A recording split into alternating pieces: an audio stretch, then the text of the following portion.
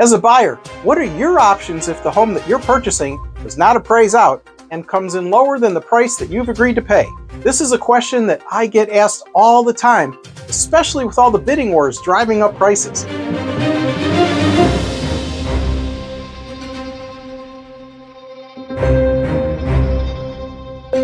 Hi, this is 40-year real estate expert Richard Freedkin, Realtor with eXp Realty.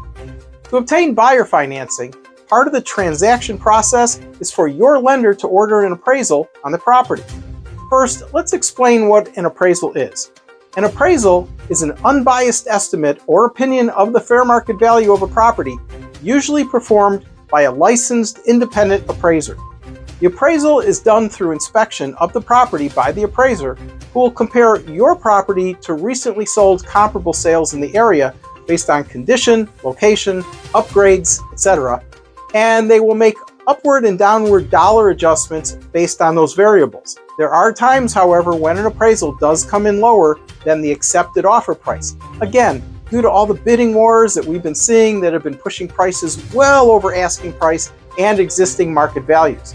As a buyer, this can be frustrating and disappointing, as it could mean that you won't be approved for your full loan amount. But don't despair, as there are options available to you as a buyer, like appealing the appraisal.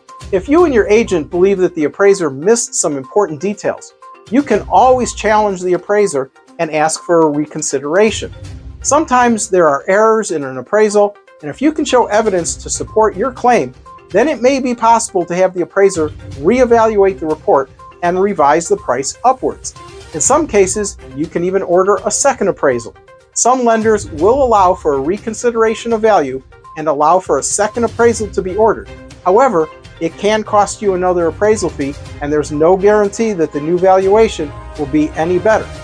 Lastly, a low appraisal gives you bargaining power to go back to the seller and renegotiate the price, as if they won't, and you have not waived the appraisal or given an appraisal waiver or gap letter, you can back out of the transaction, which means that the seller would have to place the home back up on the market and risk the same problem with a new buyer. Sellers rarely want to take that risk, so a negotiation may also be in their best interest. As always, you would want to check with your attorney and real estate agent to make sure that you have these options available to you. A good real estate agent will know all the right moves to renegotiate on your behalf. As mentioned before, if you have an appraisal contingency in place, you have the option to cancel the sale if the appraisal does not come in at value. This option is usually the least favorite route to take, and that is why it is always wise to have an experienced agent with good negotiation skills that can help work out any appraisal discrepancies to your advantage. For more information on this or any other topic, contact me today so that I can help you strategize the sale or purchase of your home and guide you every step of the way.